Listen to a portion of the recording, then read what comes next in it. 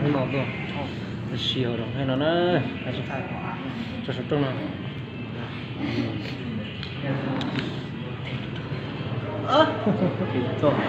Ya, đây dùng cái gì à? Cả, có hả? Nhân rồi này, xìu nó mỏ này, gì à nó cái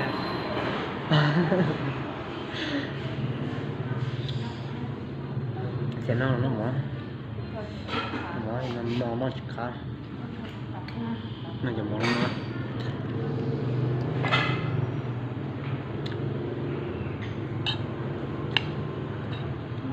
cho người chở lan cho cá rồi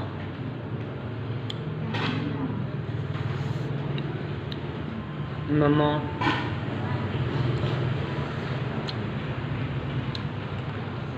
cái lon nó sợ nó hay là tôi nằm chồng mò luôn đi nó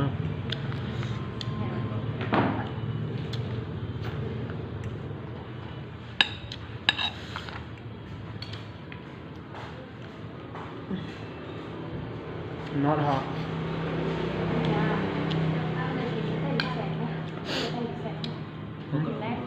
nó tạo cái no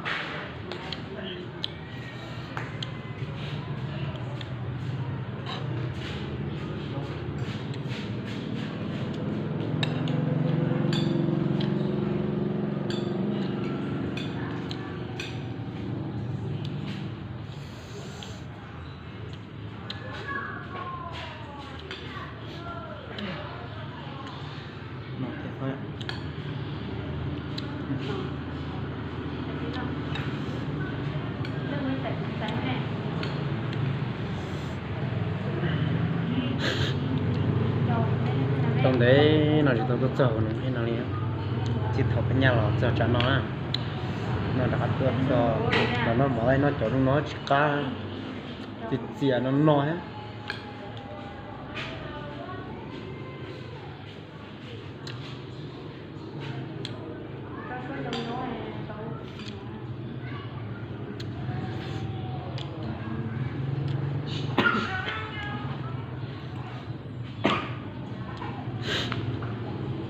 phải nói thẳng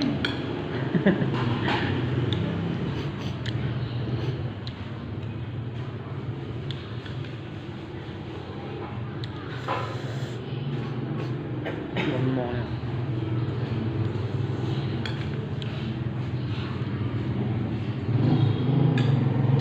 này nó chỉ cá đây là nó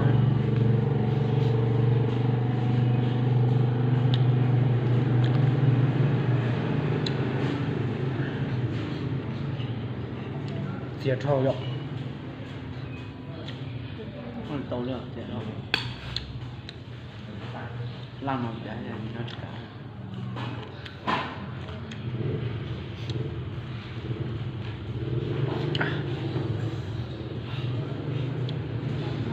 thôi chỉ biết cá đi nơi tại đây có nó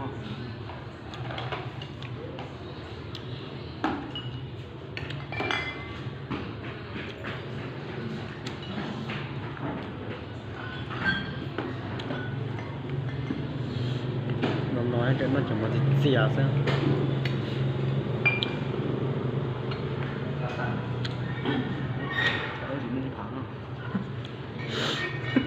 đi phải đâu làm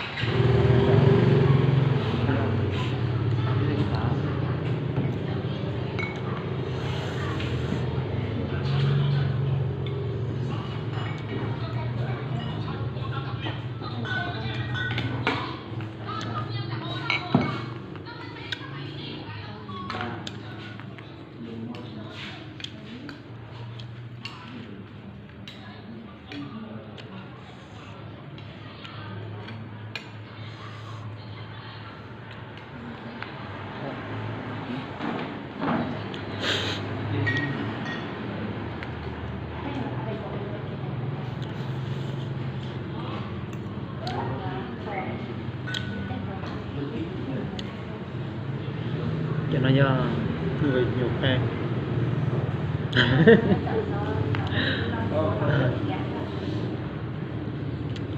Chị thấy ha.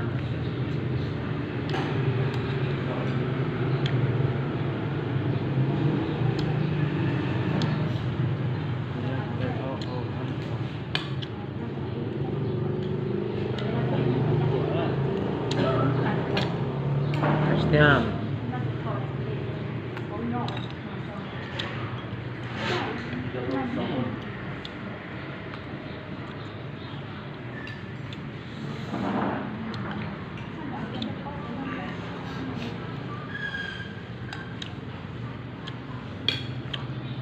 Chị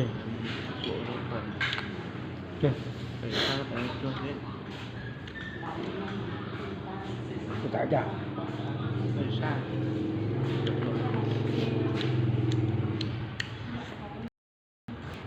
trong vậy ạ. Trả lời ạ.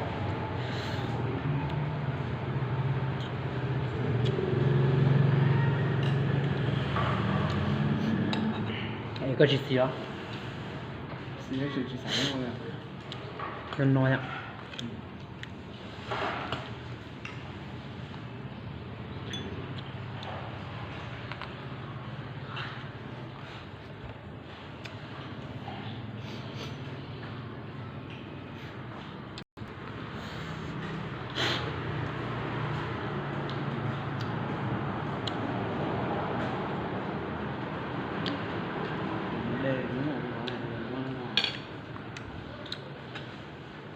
Quận nắng ráng không?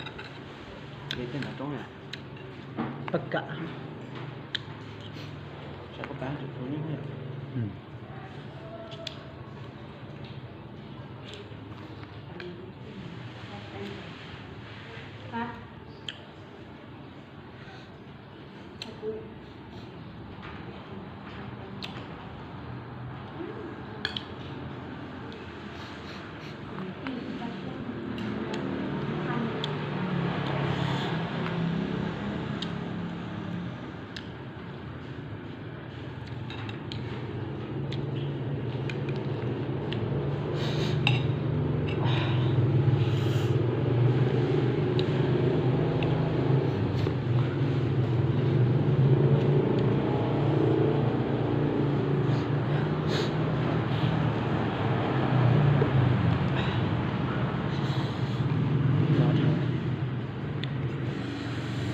Giờ sẽ tiêu hải sản tới.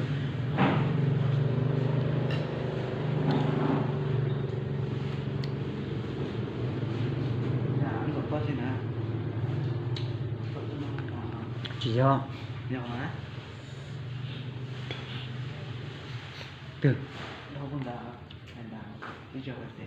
theo sẽ thấy có luôn đó.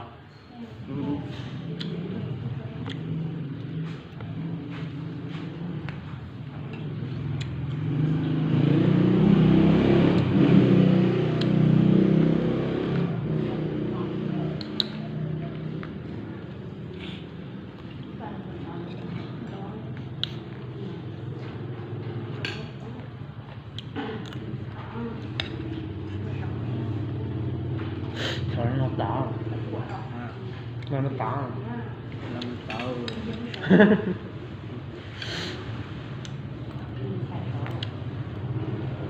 Tụi nó tệ quá. Nó tồn tại đó chứ nó cũng non mê.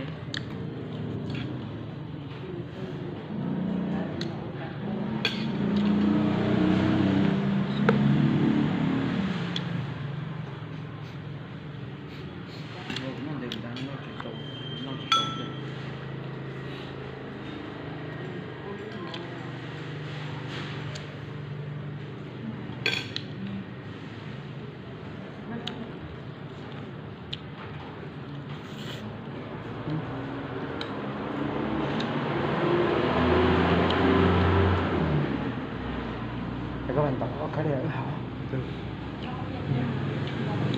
Sau một tuần nó có một cái nhà thực tên là tỏ. Muốn đó. Cho sau anh nhá.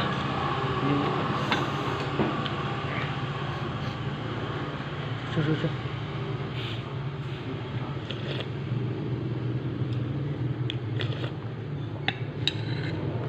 Chú à.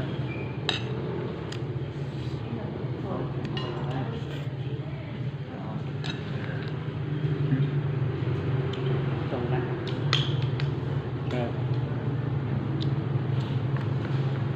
Nó xong thả ra cái chuyện này.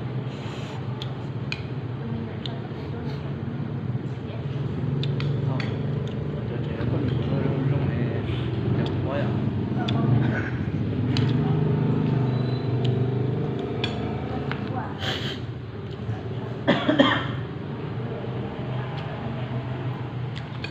Chỉ trong uống chưa ra.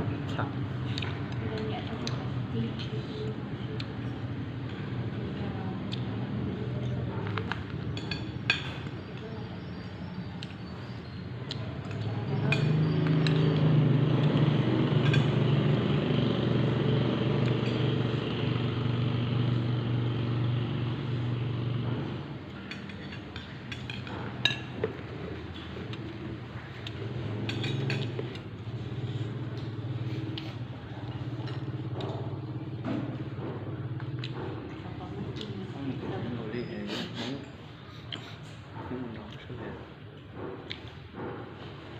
Cháu thế này.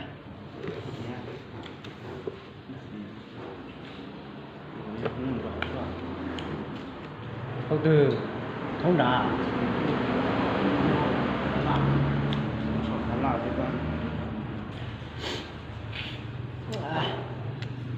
Chỉ lên tảng này. Mình kể chuyện muốn tới mua cháu. Rồi có tiền kể nó. Rồi có tiền.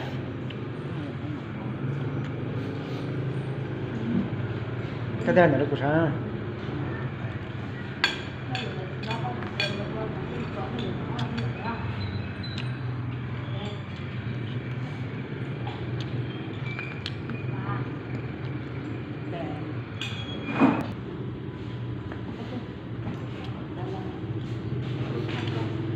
Bây giờ nhắm